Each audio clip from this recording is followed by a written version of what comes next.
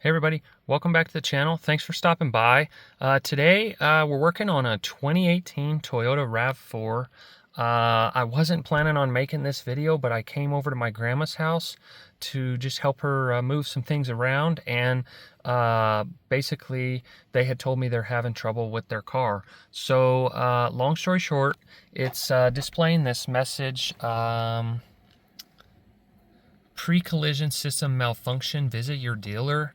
It's also got this up here on. So luckily I had a couple of tools in my car. I also had my Blue Driver scan tool. If you don't have this scan tool, it's so handy. It's so small. It literally fits in this itty bitty box and it's great. So I always keep it in my car, that way if I ever have a problem. But anyway, we're gonna use that tool to scan, which I'm pulling up the report here. Okay, so once again, 2018 Toyota RAV4. This is all the codes that are currently displayed. So 2 pre-collision codes, 1 air conditioner code, okay, 1 engine code, 4 main body codes, and 1 front recognition camera code. Now, long story short, this message was not on. Neither were any of those codes. Like, everything was fine. And I don't have the vehicle started, so the check engine light is actually not on. It's just that and just these. So the windshield was replaced recently, and when they did that, all of this came on. So this code is very, very common on Toyota, so I thought I'd make a quick video. So long story short, you may or may not need this tool. I'm gonna go ahead and I'm gonna show you how to do it without it. I just scanned it so you could physically see what's happening. So if this code comes on, I want to give you 3 options that you can do to get this repaired. Okay, so number 1, if this comes on, you're going to try to do a hard reset on the battery first. Okay, so the way you do that is you just disconnect both cables, starting with the negative or the black cable. Okay, then after you disconnect those, you take them away from the battery, and I'm going to demonstrate this. You touch the cables together for 15 seconds. What that's going to do is that's going to drain the reserve voltage in the module capacitors, causing the modules to reset and reestablish communication. Okay, so and that's going to be all up there, of course. That might resolve the issue. It's not for sure. So if that does not work, then you're going to go with option number 2. So do the first one, then we're going to do the second one. Now the second one, basically if a hard reset does not work, you're going to have to check all the vehicle fuses with a test light. I'm not going to do that today, but we're going to see if this will just go off by doing a hard reset. Okay, so now the reason you want to check all the fuses is because basically the voltage has spiked, creating a spark that has either disrupted the module communication network or a fuse was shorted somewhere. Okay, and so this will take care of the module by just disconnecting the battery. If a fuse is shorted, it's going to probably come right back on, and you just find the fuse, replace the fuse. Okay, so that's 1 and 2. Now, number 3 is not going to be near as good. Basically, number 3 is go to the dealer or go to anybody that has the Toyota software, and they're going to have to probably reprogram it or get in there and fix some of the computerized stuff. Okay, so we're going to try to avoid that. So based off of the report that I have and what I have with me right now, let's go up to the engine and take care of this. Now, I am going to say also, I'm going to link this all in the description. I'm going to word it out so you can see and read and follow the steps, not just by the video, but by the description. That way, maybe it kind of helps you out. So let's go up to the battery and see what we can do to get this car fixed. All right, guys, so the next step is pop your hood, okay? And then, of course, this is gonna be on here. You're gonna pull that off.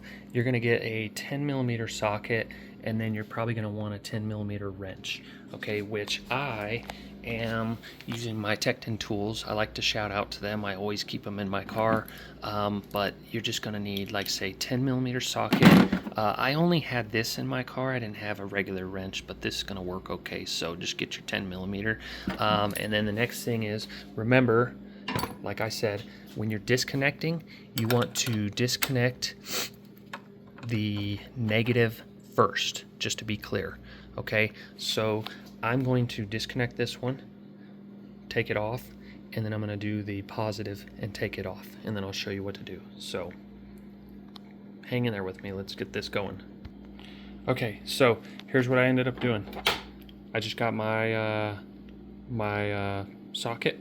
Okay, I got a 12mm, and I took this one off and just slid it over. Okay, so just took that off, took this off, and then this here was depressed into the hole here, okay, which I pulled it out of the hole.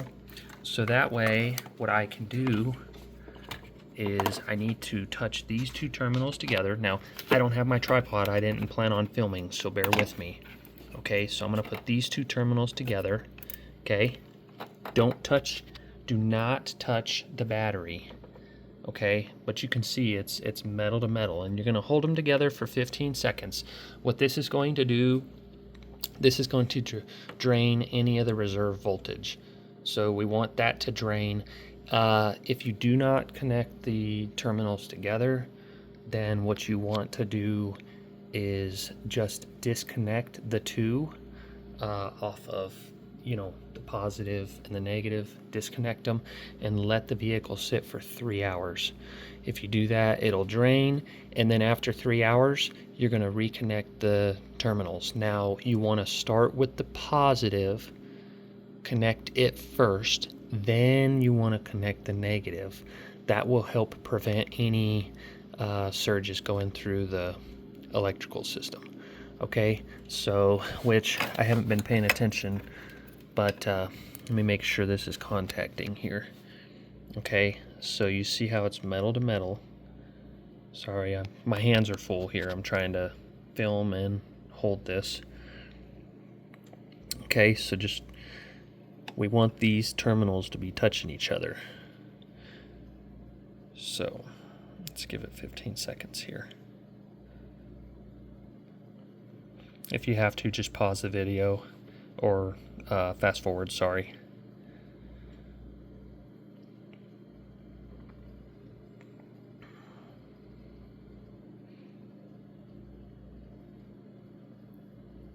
Okay, so now that it's been 15 seconds, you can go ahead and reconnect these. Okay, so remember what I said. Okay, positive first.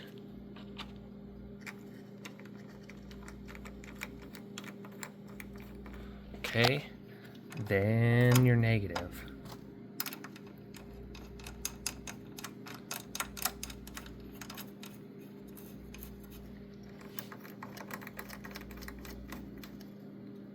Okay, now all you're going to do, I'm doing this all one-handed, sorry.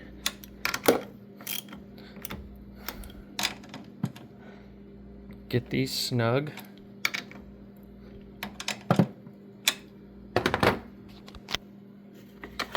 Okay. I am going to make sure, grab my 10mm here.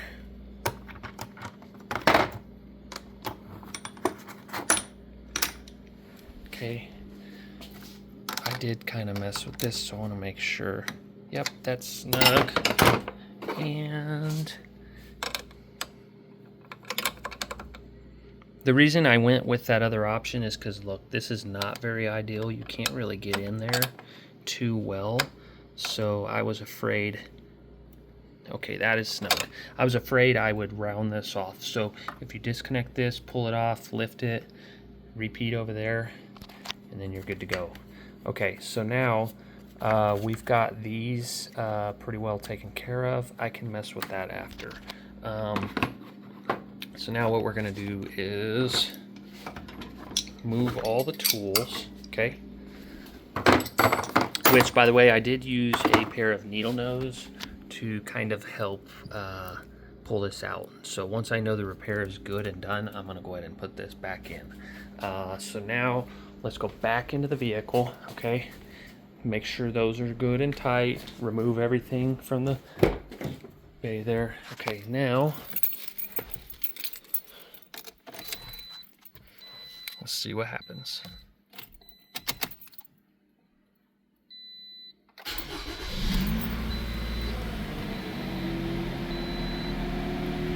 We're gonna let it run for a minute.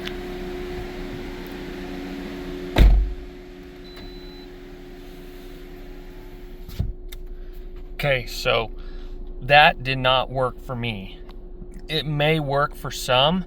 So what that's telling me is most likely there's a fuse issue, hopefully. Okay, there is one other option I seen. You can use this scroller here, and we can go through the menu.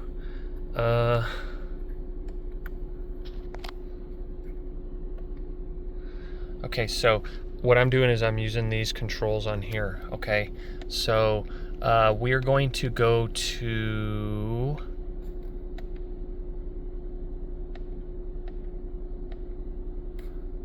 vehicle settings. No.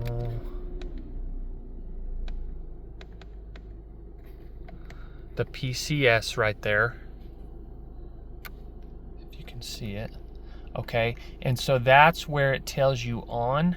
I'm gonna see, that's pre-collision. Okay, so whoops, it cleared my, okay, so now where it says on, I am going to switch it to off. Okay, so now for now, well, it's still malfunctioning, so I wasn't sure if that would shut it off or not.